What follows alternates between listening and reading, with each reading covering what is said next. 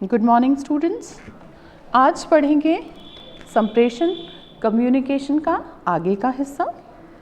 आज हमारा ये जो सेशन है ये प्रमुख रूप से केंद्रित रहेगा ऑब्जेक्टिव्स के ऊपर। पिछली क्लास में हमने कम्युनिकेशन की परिभाषाओं डेफिनेशंस को पढ़ा था, समझा था। तो यानी संप्रेषण क्या है, संप्रेषण का अर्थ क्या है और संप्रेषण की विभिन्न परिभाषाएं कौन सी हैं उसको समझा था।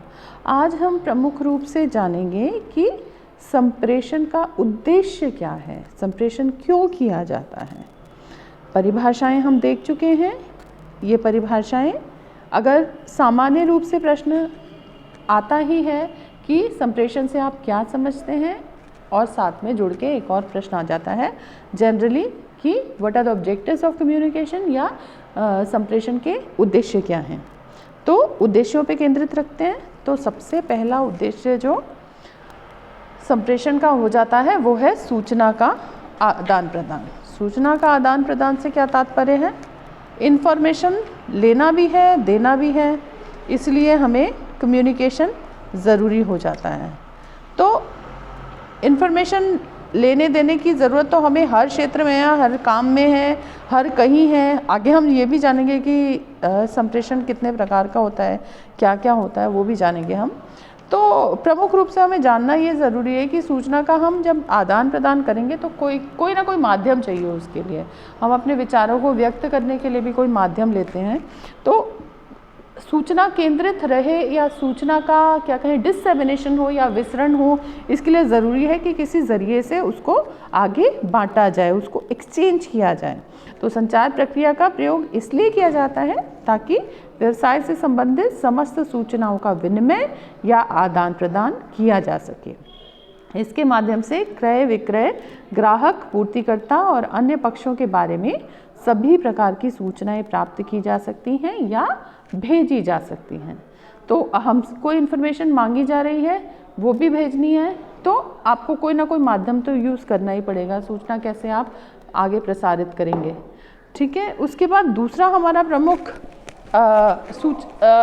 सेकंड जो ऑब्जेक्टिव, दूसरा जो उद्देश्य हो जाता है वो है उचित संदेश देना है। ये उचित संदेश देना, तो संदेश यानी कि मैसेज डिससेमिनेशन बोलते हैं इसको। मैसेज, संदेश किसी को भी प्रवाहित करना होगा, चाहे वो कोई संस्था प्रधान है या फिर कोई टीचर है, या फिर स्कूल में कोई शिक्षक है, कंपनी में कोई मैनेजर है। तो मैसेज तो उनको देने ही पड़ते हैं ना, ऑर्डर्स भी देने पड़ते हैं, मैसेज भी देने होते हैं, संदेश भी देने होते हैं। तो संदेश देने के लिए संप्रेषण एक बहुत ही सशक्त आवश्यकता है। तो उचित संदेश प्रदान करना ही संप्रेषण का प्रमुख उद्देश्य होता है। और संप्रेषण में उचित सूचना उचित समय में उचित व्यक्ति को संप्रेषित करना होता है। तीनों ही चीज़ें इंपॉर्टेंट हैं। जो रेलेवेंट इन्फॉर्मेशन है वो भेजी जाए, सही टाइम पे भेजी जाए, टाइमली हस्तांतरण हो उस सूचना का, यह है आवश्यक हो जाता है। एंड थर्डली उचित व्यक्ति को, यानी जो टारगेट है, टारगेट ग्रुप है, जो लक्ष्य समूह है, उसी को भेजी जाए, ये इम्पॉर्टेंट हो जाती है बात। तो इसके लिए सूचना प्रेषणकर्ता को उचित माध्यम का उपयोग करना चाहिए। अब संदेश के हिसाब से हम माध्यम का चयन करते हैं। मान लीजिए कोई दवा पिलाने का, बच्चों जैसे कि पल्स पोलियो अभियान के तहत बच्चों को दवा पिलाने का अभियान चल रहा है, महाअभियान चल रहा है। तो उसके लिए संदेश के लिए क्या माध्यम चुना जाएगा? मास मेथड्स, मास मीडिया, जनसंपर्क के माध्यम, ताकि जन जन तक उस सूचना को प्रसारित किया जाए। तो आपने देखा होगा अखबार में पैम्फलेट भी आ रहा है, अखबार में सरकार के द्वारा, विभाग के द्वारा, स्वास्थ्य विभाग के द्वारा विज्ञापन भी आ रहा है, टीवी में भी सोशल विज्ञापन, सोशल एडवर्टीजमेंट कहते हैं जिसे, सामाजिक विज्ञापन भी आ रहा है, पेड विज्ञापन भी आता है। वो इसलिए आते हैं क्योंकि हमारी पहुंच हर व्यक्ति तक रहे जो भी इस संदेश को सुन सकता है। तो इतने एक ही समय में ज़्यादा लोगों तक संपर्क करना हो तो हमें जनसंपर्क माध्यमों का चयन करना ही पड़ता है। और साथ ही साथ आपने देखा होगा कि जो अखबार में पैम्फलेट्स आते हैं, तो ये भी एक माध्यम है कि ज़्यादा लोगों को संपर्क किया जा सके, उनको संदेश प्रसारित किया जा सके। तो दोनों ही इसमें ऑब्जेक्टिव पूरे हो गए कि एक तो हमने सूचना दे दी और दूसरा ये है उचित संदेश, जो उचित है वो रेलेवेंट लोगों को दिया जाए। अब जैसे ये प्रसारित करना है पल्स पोलियो वाला या टीकाकरण का किसी कार्यक्रम की जानकारी, तो किसको, पेरेंट्स, अभिभावक यानी कि माता और जो पिता हैं उनको प्रसारित करना सूचना ज़्यादा ज़रूरी हो जाता है।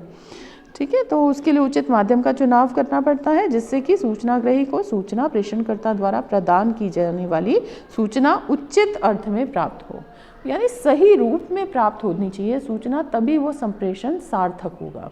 अगर उसका अर्थ का अनर्थ हो गया तो इसका अर्थ ये है कि संप्रेषण असफल रहा। तीसरा उद्देश्य क्या है? क्रियाओं में समन्वय।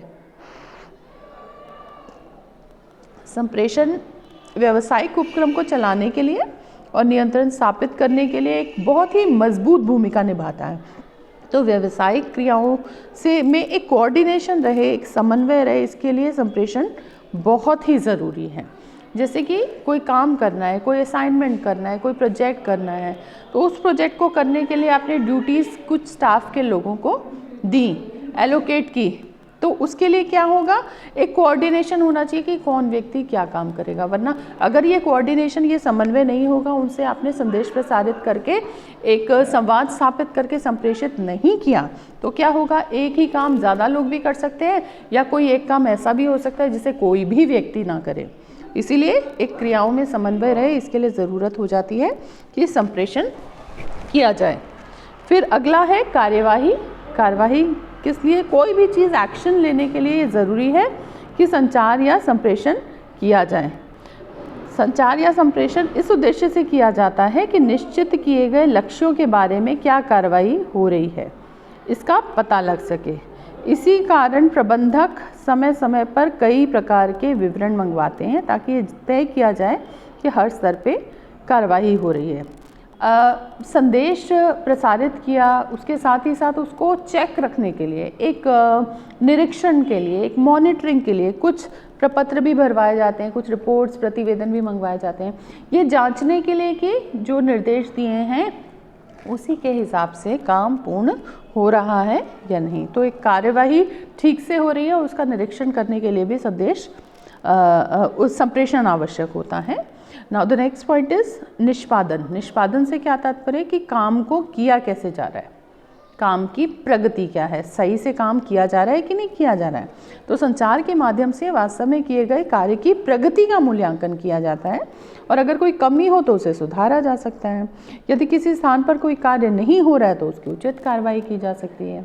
तो इसलिए इससे हमें परिणाम सफल रहेंगे, संतोषप्रद मिलेंगे। इसीलिए ज़रूरी है कि एक्शन, जो अगला है कि किसी भी काम को करने के लिए, निष्पादन के लिए संप्रेषण आवश्यक है। फिर क्रियाओं में समन्वय, ये अभी हमने बात की जैसे कि थोड़ा सा आपस में एक कोऑर्डिनेशन रहता है तो कोई भी काम का डुप्लीकेशन नहीं होता और वो सभी काम आसानी से संपन्न हो जाते हैं। तो क्रियाओं में समन्वय होता है। फिर भ्रमों को हटाना। कई बार कोई भी काम दें, कोई प्रोजेक्ट किसी को दिया जाता है काम की करने के लिए, तो क्या होता है कि कुछ संशय, कुछ भ्रम भी रहते हैं व्यक्ति के मन में, दिमाग में, उससे सब बात समझ में नहीं आती है। तो इसके लिए ज़रूरी ये भी है कि आप कोई भी निर्देश दे रहे हैं उससे क्रॉस चेक करें, भाई क्या करना है, मीटिंग कितने बजे है, आपने बताया कि मीटिंग 2 बजे है, कितने बजे है, फिर आपने उससे क्रॉस चेक करके पूछा। बिल्कुल इसी प्रकार से कि शिक्षक और विद्यार्थियों के बीच में कक्षा में जो संवाद चलता है उसमें क्या करता है, भ्रम तो हटाना ही है कि जो टीचर ने समझाया क्या उसी को विद्यार्थी ने समझा या उसमें कहीं अर्थ का अनर्थ हो गया, ये जांचने के लिए शिक्षक सवाल करता है, पूछता है, ताकि प्रतिक्रिया विद्यार्थियों की हमें प्राप्त हो सके। तो इससे क्या होता है कि अगर किसी भी प्रकार का संशय या भ्रम उत्पन्न हो जाता है, नॉइस भी कहते हैं, जिसे हम कह सकते हैं कि पूरी संचार की प्रक्रिया में कहीं ना कहीं कुछ अनवांटेड, अवांछित तत्व आ जाते हैं जो कि इसके परिणाम को असफल बनाने लगते हैं, तो उसे नॉइस या शोर कहा जाता है। तो ऐसे संशयों को हटाना भी हमारा उद्देश्य है। और नीतियों को लागू करना, ये तो बहुत ही महत्वपूर्ण है। कोई भी नीति बनी है उसे लागू करने के लिए संप्रेषण तो आवश्यक है। आपने ट्रैफिक नियम बना दिए लेकिन उस ट्रैफिक के नियमों को संप्रेषित ठीक से जनता में नहीं किया तो जनता उसको उसका अनुसरण नहीं कर पाएगी, उसको फॉलो नहीं कर पाएगी। तो नीतियों को लागू करना भी इम्पॉर्टेंट है। उसके लिए संप्रेषण एक व्यावसायिक संगठन के द्वारा तैयार की गई नीतियों और कार्यक्रमों को क्रियान्वित करने में मार्गदर्शक कार्य करता है। और यदि प्रभावी संप्रेषक व्यावसायिक संगठन में विद्यमान है तो संगठन की नीतियों और कार्यक्रमों में को लागू करने में उसकी सफलता में कोई बाधा उत्पन्न नहीं होती। तो जितनी भी पॉलिसीज़ हैं उसको इम्प्लीमेंट करने में जो कम्युनिकेशन है, संप्रेषण है, महत्वपूर्ण भूमिका निभाता है। और अगला पॉइंट देखें, अभिप्रेरणा। किसी भी चीज़ को क्या कहें कि उसको मोटिवेट करने के लिए, उत्प्रेरित करने के लिए, प्रोत्साहित करने के लिए, तो कर्मचारी को काम करने के लिए जो उसे प्रोत्साहित करने के लिए जितनी भी आवश्यक जानकारी है वो दी जाए। और ये ज़रूरत पड़ती है कि उसको इन्फॉर्मेशन देनी पड़ती है और ये कार्य संप्रेषण की सहायता से ही किया जा सकता है। अगर कर्मचारियों को इस बात का पूर्ण ज्ञान हो कि अच्छा कार्य करने पर उनकी तरक्की होगी और पारितोषिक प्राप्त होगा तो वे निश्चित रूप से अच्छा कार्य रहेंगे। तो एक मोटिवेशन किसी भी काम को करते रहने के लिए ज़रूरी होता है और उसके लिए भी कम्युनिकेशन की ज़रूरत पड़ती है। तो इस प्रकार से हमने प्रमुख रूप से जाना कि जो संप्रेषण है उसके उद्देश्य क्या होते हैं। ये एक महत्वपूर्ण विषय टॉपिक है और प्रश्न पत्र में ज़रूर आता है कि संप्रेषण क्या है, उसका उद्देश्य क्या है। चाहे तो शॉर्ट आंसर के रूप में आ सकता है या चाहे तो वेरी शॉर्ट आंसर के रूप में पूछ सकते हैं कि 5 प्रमुख या 3 प्रमुख उद्देश्यों के बारे में चर्चा करें। तो हमें फर्स्ट एंड फॉरमोस्ट जो इम्पोर्टेंट फंक्शंस हैं, ऑब्जेक्टिव्स हैं कम्युनिकेशन के, उसी को स्पष्ट करना है। तो आज की कक्षा यहीं पे समाप्त होती है। धन्यवाद।